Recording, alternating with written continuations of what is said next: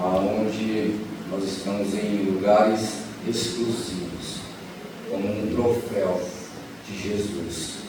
Aquele ali é um filho meu separado, um troféu. Então nós viemos se encher de gratidão. Ele nos dado essa graça, a qual nós não merecíamos. Um favor imerecido nós recebemos, essa graça. Então nós viemos verdadeiramente estarmos juntos, firmados nessa graça. Peço perdão aos irmãos, eu estou rouco. Quinta-feira já começou a minha garganta incomodar, e desde então essa não é a minha voz.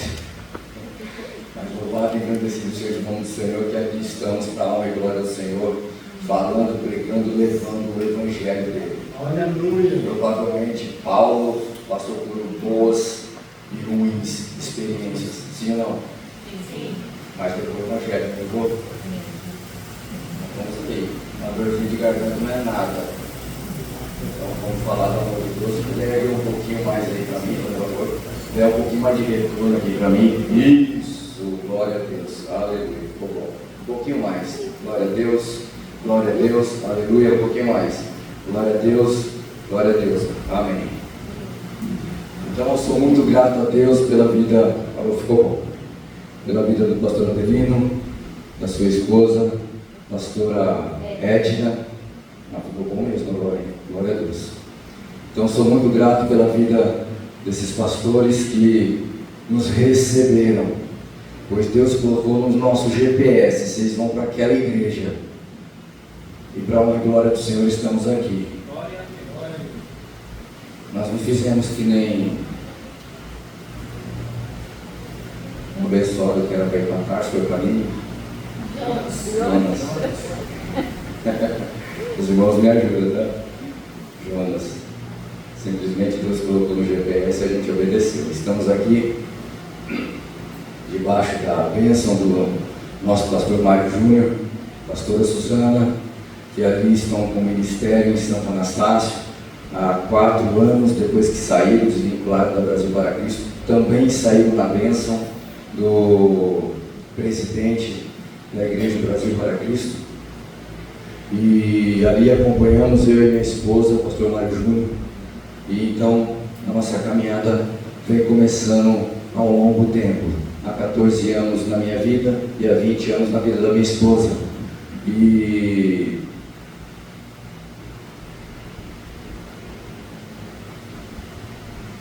o processo é dolorido, irmãos. Não é fácil o processo. Na minha vida, 14 anos, na vida da minha esposa, 20, 21. E o processo não é fácil. Estar à frente de um trabalho, para a honra e glória do Senhor, a gente é moldado, lapidado, quebrado, feito de novo, quebra de novo, refaz. E quem que é o barro para falar alguma coisa para o oleiro? Por acaso pode o barro falar para o oleiro: me faça uma xícara? Não, simplesmente a gente se deixa ser moldado. Então o processo é dolorido, dói, mas para a honra e glória do Senhor estamos aqui. Eu, a minha esposa, a minha filha também tem 13 anos, uma princesinha linda.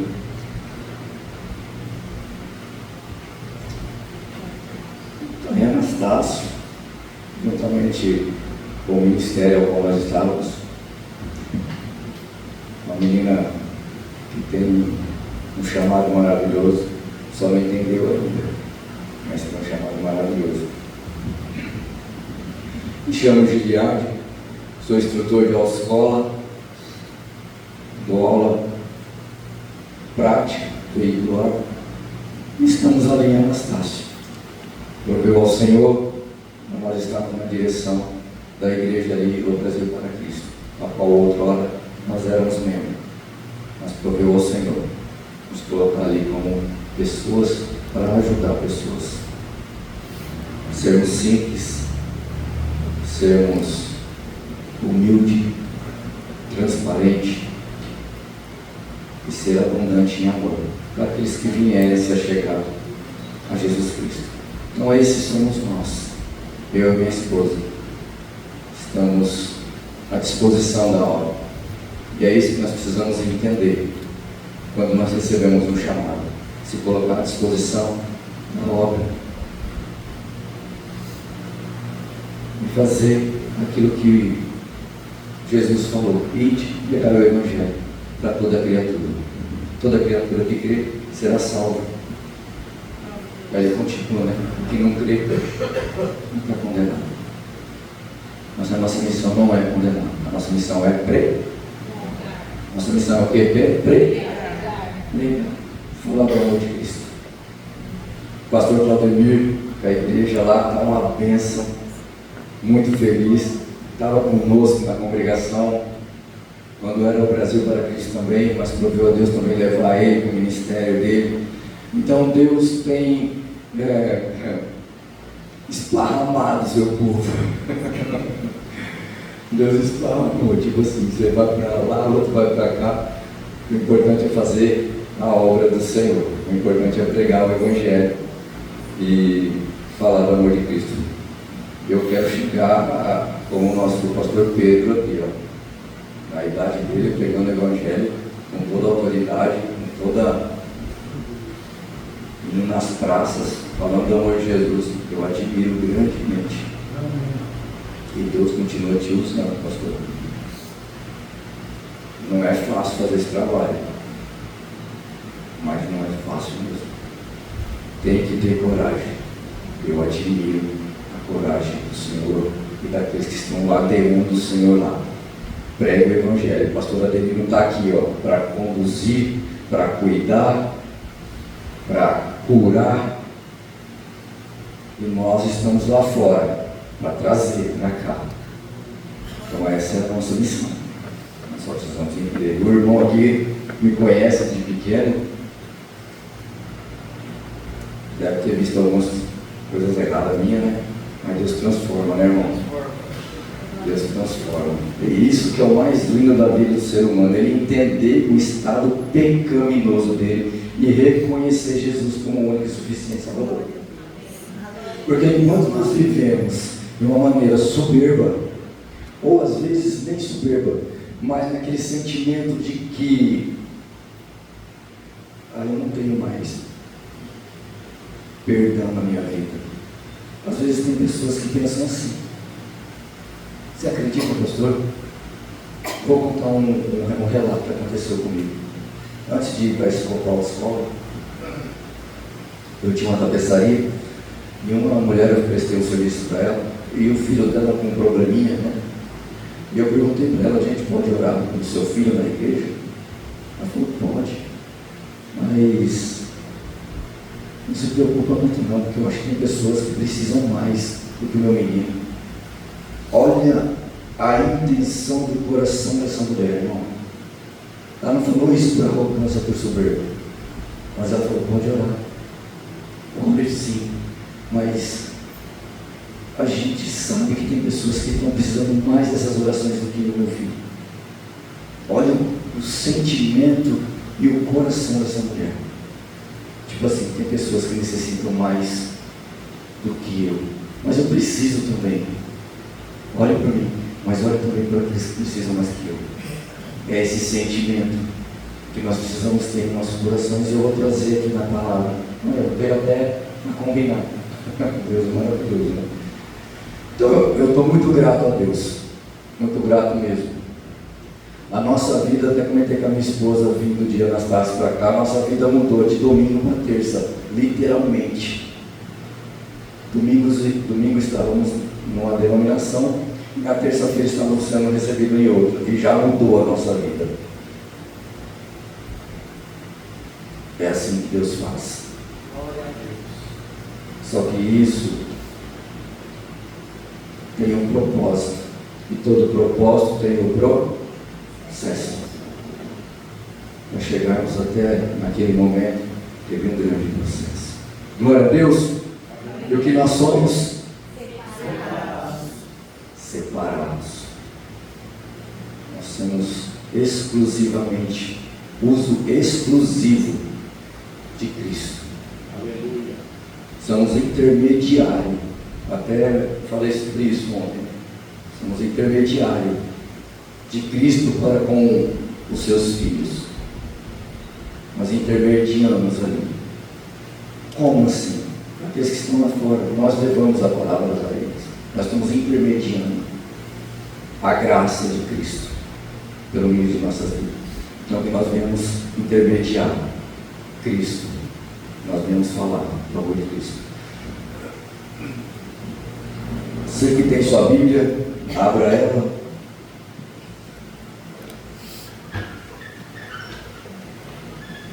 Em Mateus capítulo 15, verso 21 ao 28. Glória a Deus. Aleluia. A gente vai falar de uma mulher, a qual aqui é relatada como uma mulher cananeia. Uma mulher que está com a sua filha endemoniada, possessa, a qual tem um coração aberto para entender o que Cristo pode fazer por ela. Uma mulher cananeia. O que é uma mulher cananeia? Vem dos cananeus. Quem são os cananeus? Quem lembra de Noé? Vem de Cã, filho de Noé. Cã, a qual viu ele nu, e o pai dele ali, então, mandou ele dar uma volta. Amaldiçoou ele e foi embora. Mas ele encontrou uma terra que manda leite e mel. Que ironia, né? Meu Deus, o pai dele amaldiçoou ele, e ele encontra a melhor terra que tem. A terra que daqui a pouco ela é prometida para quem? Para quem? O povo dos hebreus. Lindo isso, né? Pois bem, é essa mulher. E a gente conhece essa história, sim ou não? Sim. O que acontece então? O povo hebreu chega nessa terra ou não chega? Através de quem depois? Não foi Moisés, mas foi Josué que os levou para lá. E eles entraram na terra, mas eles entraram assim pedindo licença e entraram? Dá licença, porque meu Deus falou que a terra é minha, assim, se retiram fazendo um favor. Foi desse jeito que o negócio foi tenso, não foi? Mulheres, homens, crianças. Aí chega essa mulher cananeia aos pés de Jesus.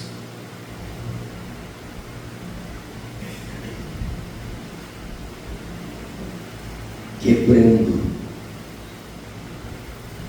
todo o medo do que ela deveria ter ouvido das histórias passadas, sim ou não? Eu imagino ela rompendo esse medo para chegar a Jesus. Ela lembrando daquilo que os pais dela falaram, que os avós dela falaram, que o pai dela, que os bisavós, e aí veio a conversa toda. Eu imagino aquela mulher passando na mente dela, mas ela com o coração aberto: eu preciso encontrar este homem. Eu preciso ver este homem. Eu preciso conhecer este homem. Eu preciso estar junto com este homem. Vamos entrar então aqui na história. Mateus, capítulo 15, verso 21. Partindo Jesus dali, retirou-se para o lado de Cirão e Sidom. E eis que uma mulher cananeia que viera daquela região clamava: O que ela clamava? Jesus, filho de Davi, tem misericórdia de mim, e a minha filha está miseravelmente endemoniada. Ponto. Senhor, filho de Davi, tem misericórdia de mim, pois a minha filha está endemoniada. Ela rompeu esse medo para chegar até Jesus. E muitas vezes esse medo está dentro de nós hoje. Medo muitas vezes de ver o novo de Deus na vida, na minha vida, na sua vida. Você acha que eu não tive medo deste novo que está acontecendo na nossa família? Mas nós temos que romper. Muitas vezes o medo bate em nossos corações de vir até Cristo. O que os meus familiares vão pensar?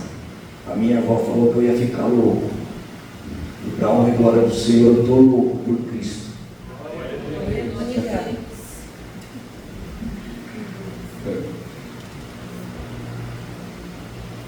Então, muitas vezes, nós temos que enfrentar esses medos dentro de casa mesmo, dentro do nosso âmbito de trabalho.